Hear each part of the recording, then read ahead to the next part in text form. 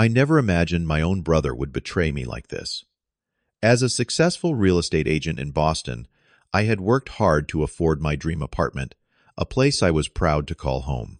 When Marcus fell on hard times, losing his job and facing eviction offering him my spare bedroom, rent-free, seemed like the right thing to do. Then he met Jasmine. At first, I thought she was great for him, but something about her eagerness to move in felt off. If you are watching this right now, let me know where you are from, and hit that like and subscribe button to hear how I reclaimed my apartment from the people who tried to steal it right under my nose. My story begins 3 years ago when I finally purchased my dream apartment after saving every penny I could from my real estate commissions. The 2-bedroom luxury unit in downtown Boston featured floor-to-ceiling windows, hardwood floors, and a spacious balcony overlooking the city skyline. At 32 years old, I had poured my heart and soul into my career to afford this place, often working weekends and holidays to close important deals while my friends were out enjoying their lives. The apartment cost me nearly all of my savings, but it was worth every dollar. Having grown up in a small, cramped house with unreliable heating and shared bedrooms, owning something that was truly mine represented everything I had worked toward. Each morning when I woke up to sunlight streaming through those huge windows, I felt a sense of accomplishment that made all the sacrifices worthwhile. Marcus and I had always been close despite our 3-year age gap. Our parents worked multiple jobs just to keep food on the table, so we relied on each other growing up. I helped him with homework, taught him to drive, and was his biggest supporter when he got a scholarship to community college. He was smart and charismatic, the kind of person everyone wanted to be around, but he struggled with commitment bouncing between jobs and relationships without ever quite finding his footing. When Marcus called me last January with a tremor in his voice, I knew something was wrong. He had lost his job at a marketing firm after the company downsized, and without savings to fall back on, he could not make rent. His landlord had given him 30 days to vacate the premises. We met for coffee the next day, and seeing the defeat in his eyes broke my heart. Marcus had always been proud, the kind of person who hated asking for help, so I knew things must have been dire for him to reach out. The decision to offer him my spare bedroom came naturally.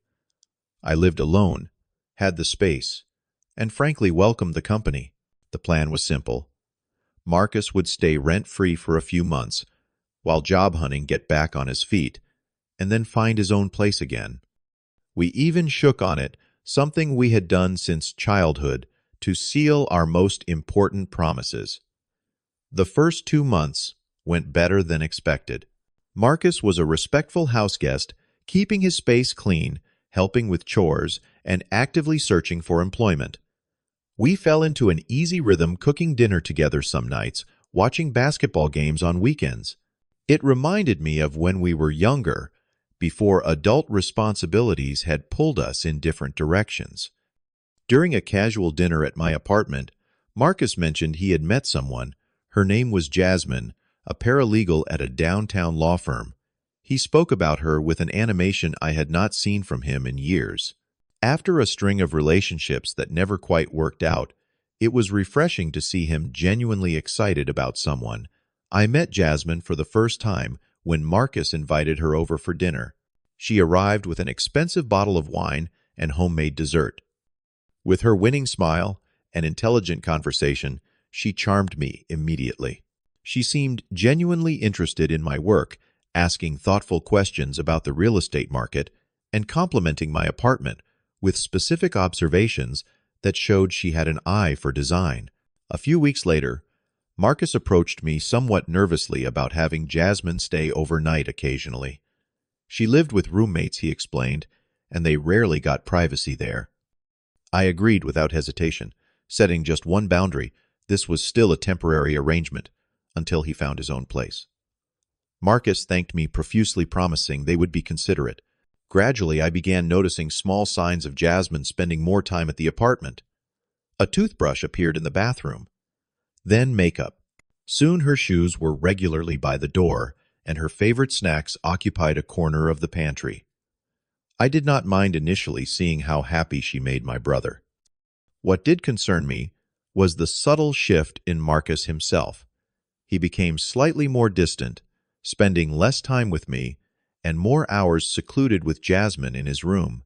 Our dinner conversations dwindled, and he seemed less enthusiastic about our weekend basketball tradition. Small conflicts began arising over utility bills and shared spaces. The water bill increased significantly, and I noticed longer showers being taken. The refrigerator became crowded with unfamiliar foods, and sometimes my carefully planned meal ingredients would disappear. When I mentioned these issues to Marcus, he became defensive in a way that was unlike him. Still, I wanted to believe the best about my brother and his new relationship. Family came first, I told myself. These were minor inconveniences compared to helping Marcus during a difficult time. Little did I know, these small issues were just the beginning of a situation that would spiral far beyond anything I could have imagined. My first real wake-up call came after returning from a 3-day business trip to New York. Walking into my apartment, I was startled to find Jasmine lounging on my sofa in pajamas, surrounded by fashion magazines, and her laptop looking completely at home. What shocked me even more was the sight of several suitcases stacked in the corner of the living room. When I asked Marcus about it later that evening, he casually mentioned that Jasmine had given up her place with her roommates. The explanation came with a shrug and an unconvincing, "It is just temporary until we find our own place. Her lease ended, and it makes more sense financially." This was the first I had heard about any plans for them to find a place together, and certainly no one had consulted me about Jasmine moving in completely. What had started as occasional overnight stays had somehow evolved into a full third roommate without my consent. Jasmine was masterful at managing the situation. When I was present, she was all smiles and helpfulness, offering to cook dinner or clean the kitchen. She would engage me in conversations about my day, seeming genuinely interested. But I began noticing how her behavior changed when she thought I was not paying attention, how her smile would drop and her eyes would narrow when looking at my possessions.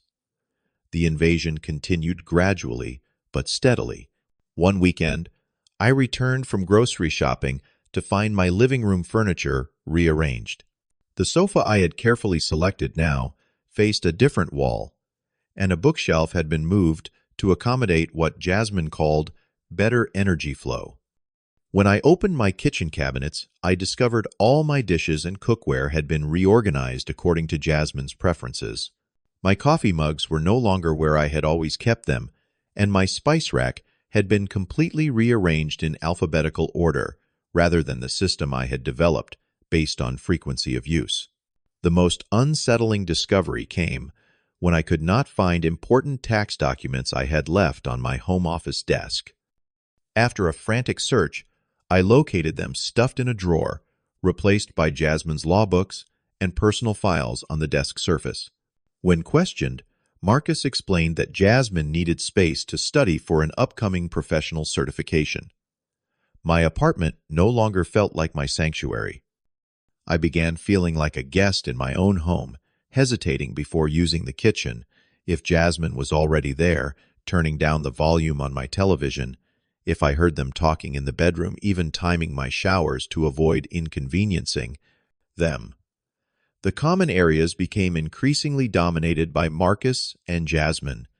They would sprawl across the entire sofa during movie nights, leaving me to sit in the less comfortable side chair. They began hosting small gatherings with their friends without giving me advance notice, forcing me to either join a group of strangers in my living room or retreat to my bedroom. Jasmine's comments about my lifestyle grew more frequent and less subtle. She questioned my late work hours, suggesting I lacked work-life balance. She commented on my takeout habits, hinting it was wasteful when home cooking was healthier. Even my weekend social plans faced scrutiny with passive-aggressive remarks about party culture and growing up eventually. The most painful part was watching Marcus gradually side with Jasmine in these interactions. My brother, who once shared my sense of humor and defended me fiercely, now often responded to my concerns with Jasmine, just wants what is best for all of us, or maybe she has a point about your habits. One evening, returning from the gym earlier than expected, I overheard a conversation that chilled me. Standing in the hallway outside my apartment, key in hand, I heard Jasmine's voice clearly through the door. "I do not understand why we have to tiptoe around in our own home," she was saying. "Luis has had this place to himself for years. He can afford it easily with his salary. We deserve this space more than he does right now. We are building something together while he just works all the time." My brother's response was hesitant, but troubling. "I know, but it is still technically his place. We need to be careful about pushing too hard too fast." Jasmine's laugh had an edge to it. "Trust me, once we establish ourselves here properly, it will not matter whose name is on the mortgage." I confronted Marcus the next morning, asking him directly about what I had overheard. He appeared genuinely embarrassed, apologizing, and claiming Jasmine had been stressed about job pressures. He promised to talk to her about boundaries and respect. I wanted to believe him, but something in his eyes told me he was already too far under her influence. Despite this confrontation, nothing changed. If anything, Jasmine's territorial behavior intensified, though she became more careful about when and where she expressed her true intentions. 2 weeks later, I had to leave for another business trip, this one scheduled to last 5 days. I felt uneasy about leaving, but Marcus assured me everything would be fine. He even suggested they might look at rental listings while I was gone, implying their stay was still temporary. Throughout my trip, I texted Marcus daily, checking in on things back home. His responses grew increasingly vague. "All good here. Nothing new to report. Focus on your work, we are fine." Friends had started warning me that I was being taken advantage of. My colleague Thomas was particularly blunt during our business dinner in Chicago. "Luis, you are letting them walk all over you because he is your brother. Family or not, there are limits to generosity when it is not respected." I defended Marcus, explaining his situation and our history, but Thomas's words stayed with me. On the flight home, I found myself wondering if I had allowed my desire to help my brother blind me to what was really happening in my apartment. The moment that forever changed my relationship with Marcus occurred when I returned home a day earlier than planned from my business trip. Standing at my apartment door, I inserted my key into the lock and felt a surge of confusion as it refused to turn. I tried again, thinking I had made a mistake, but there was no doubt about it. My key no longer worked in my own door.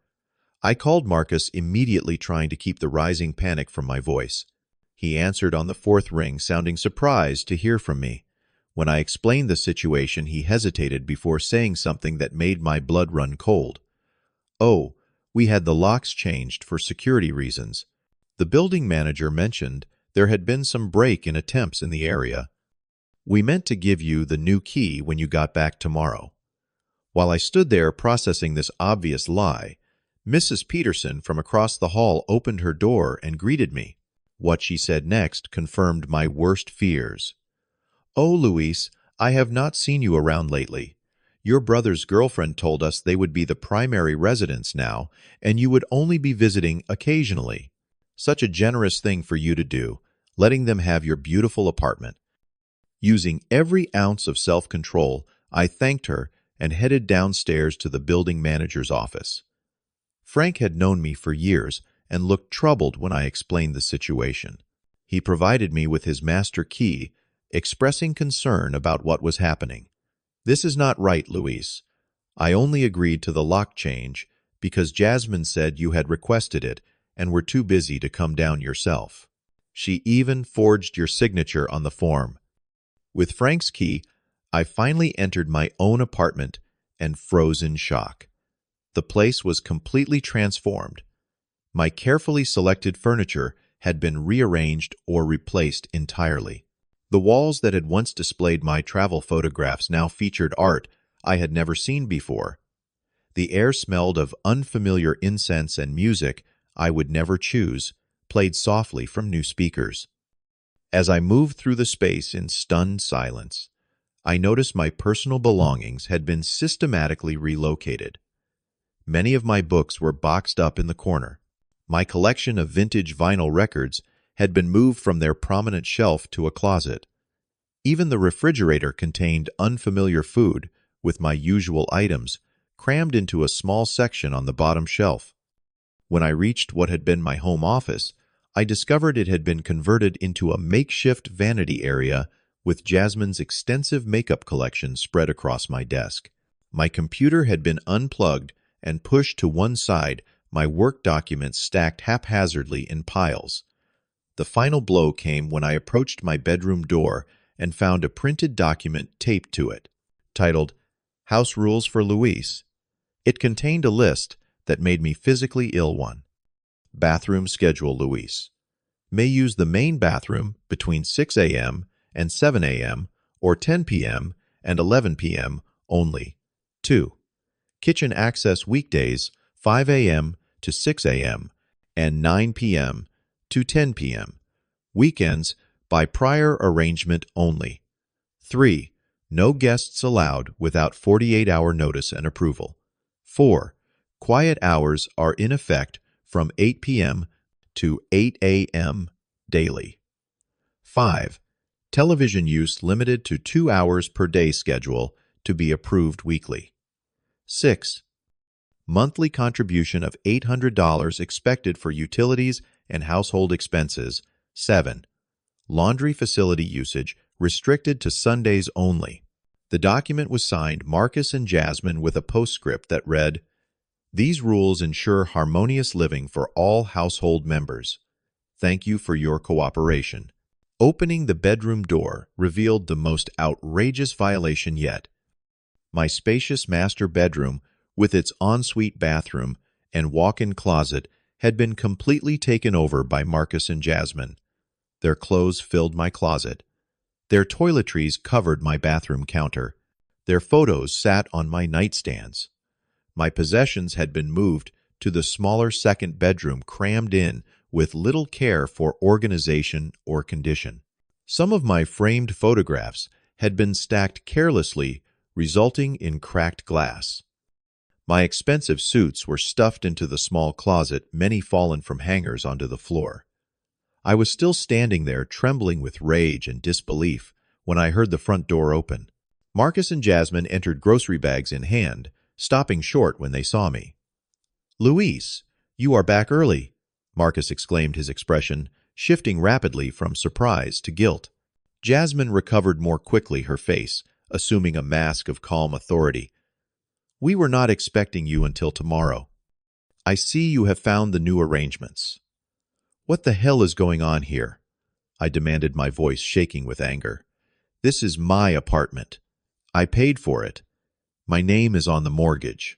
And you two have completely taken over without my permission." Jasmine stepped forward, setting down her grocery bags with deliberate slowness. "Actually, Luis, we have been living here for over a month now. Under tenant law, we have established residency. This is our home too, and we have rights." Marcus at least had the decency to look uncomfortable, shifting his weight from one foot to the other, unable to meet my eyes. "Marcus, I appealed directly to my brother. How could you do this to me? After everything we have been through together, after I opened my home to you, when you had nowhere else to go." Before he could respond, Jasmine cut in. "Your brother and I are building a life together. You have had this place to yourself long enough. You are hardly ever here anyway, always working or traveling. We actually appreciate this space and use it properly." When Marcus finally spoke, his words struck me like physical blows. "We just think it would be better if we had more control over the living situation. You have your career and your friends. We need stability right now." I looked between them in disbelief. "I want both of you out." "Now?" Jasmine's expression hardened. "That is not how it works. We have established tenancy.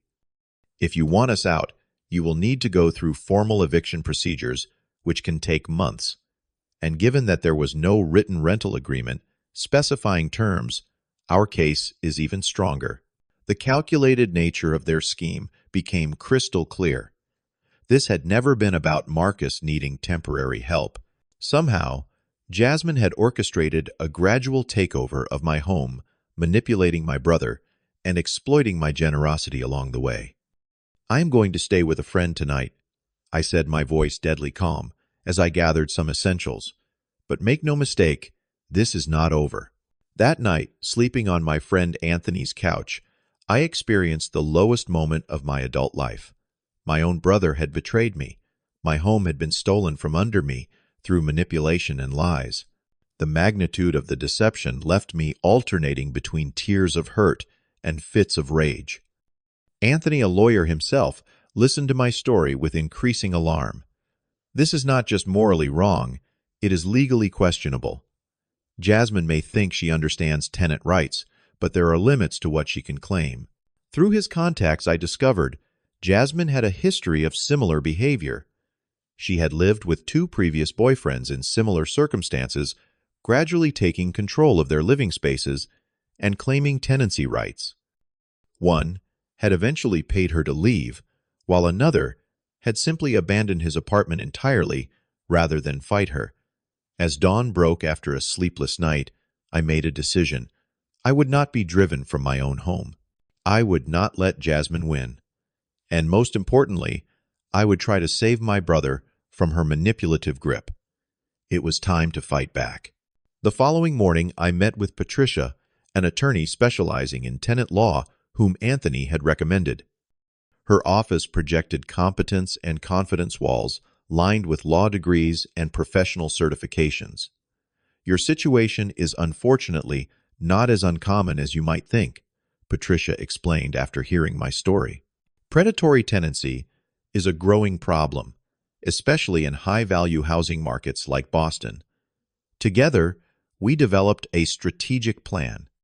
First, I gathered all documentation proving my ownership of the apartment mortgage statements, utility bills, property tax records, and insurance policies.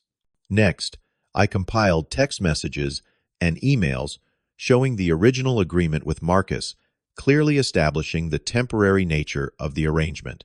Patricia advised me to approach the situation methodically rather than confrontationally.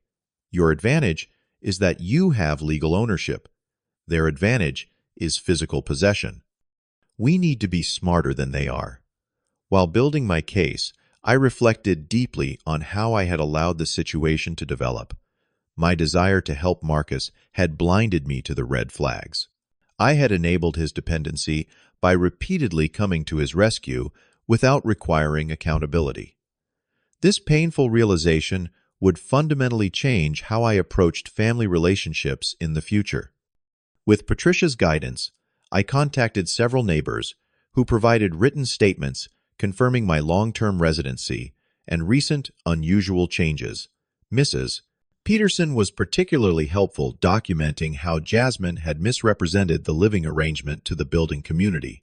Building manager Frank provided a notarized statement regarding the unauthorized lock change and forged signature.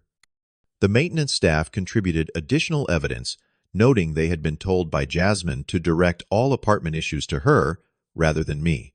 3 days after being locked out of my own home, I returned with Patricia, a police officer, as witness and Frank carrying his master keys.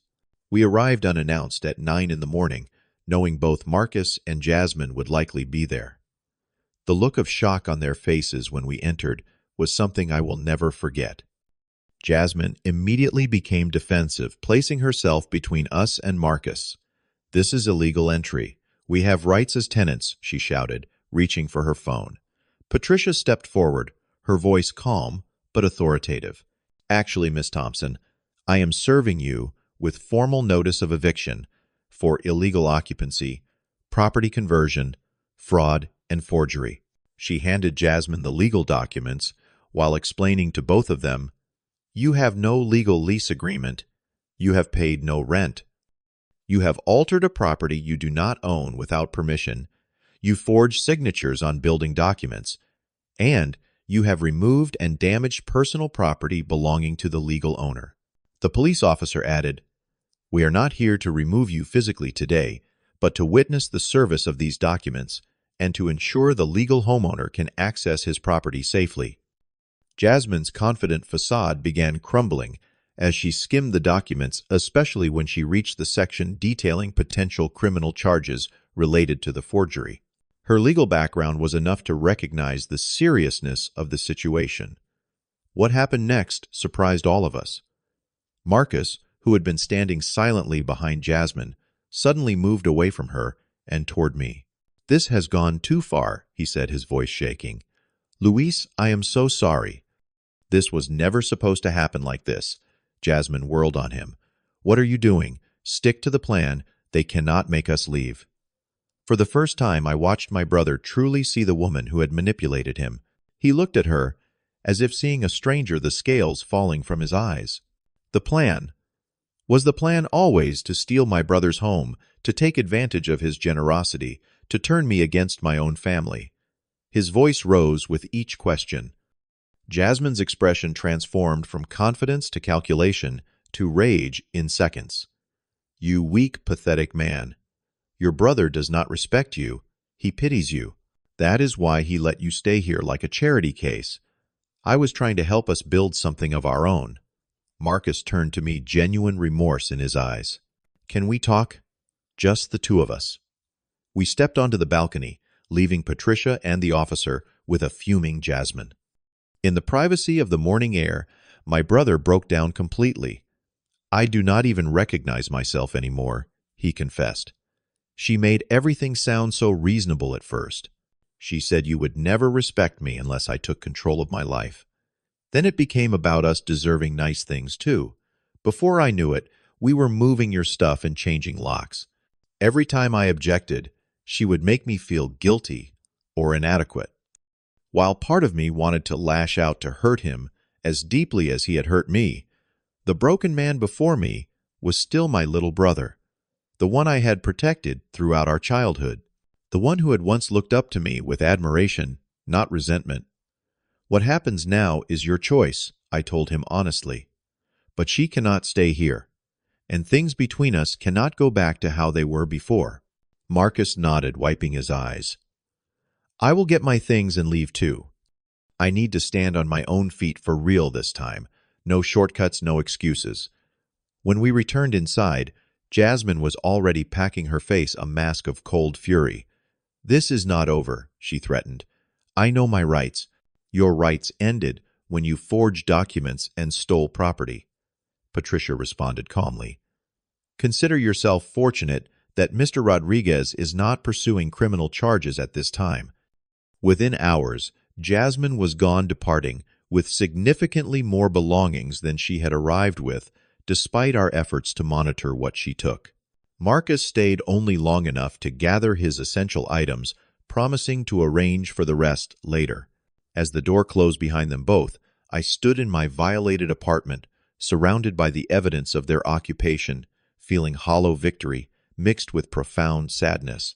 The place no longer felt like home. Every room contained memories of betrayal. The following weeks were devoted to reclaiming my space both physically and emotionally.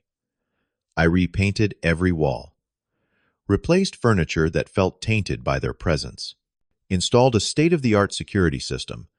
The master bedroom received a complete renovation as I could not bear to sleep in a bed they had used. More importantly, I established firm boundaries in all my relationships. My natural inclination toward generosity had not changed, but it was now tempered with healthy self-protection. I helped people without sacrificing my own well-being. I gave without allowing myself to be taken advantage of. Marcus and I remained in limited contact during this period. He found a room in a shared apartment, secured a job at a marketing agency, and began attending therapy to address his patterns of dependency and vulnerability to manipulation. Our conversations were initially awkward and painful, but gradually evolved into something resembling cautious rebuilding. 6 months after the lock-changing incident, we met for dinner at a neutral restaurant. The conversation flowed more naturally than it had in a long time. Marcus was different, more grounded and accountable. He had established a life truly his own, without shortcuts or handouts. "I will never be able to fully express how sorry I am," he said, as we finished our meal. "But I want you to know that I am working every day to become someone worthy of your trust again, even if that takes years." I could not yet offer complete forgiveness, but I could acknowledge his efforts. "I am proud of what you are doing now. Real growth comes from facing your mistakes, not running from them. Today, my apartment feels like home again." Marcus and I are slowly rebuilding our relationship on healthier terms. The painful experience taught me that ownership extends beyond property deeds to one's life choices and boundaries. I learned that helping others cannot come at the expense of respecting yourself. I still believe in generosity and family loyalty, but I now understand these values must be paired with wisdom and clear boundaries. Sometimes, the most loving thing you can do for someone is not to rescue them, but to let them find their own strength through challenge. What would you have done in my situation? Would you have fought to reclaim your home or walked away to avoid the conflict? Leave your thoughts in the comments below. If this story resonated with you, please like, subscribe, and share with someone who might need to hear it. Thank you for listening, and remember that sometimes the hardest boundaries to set are with the people we love the most.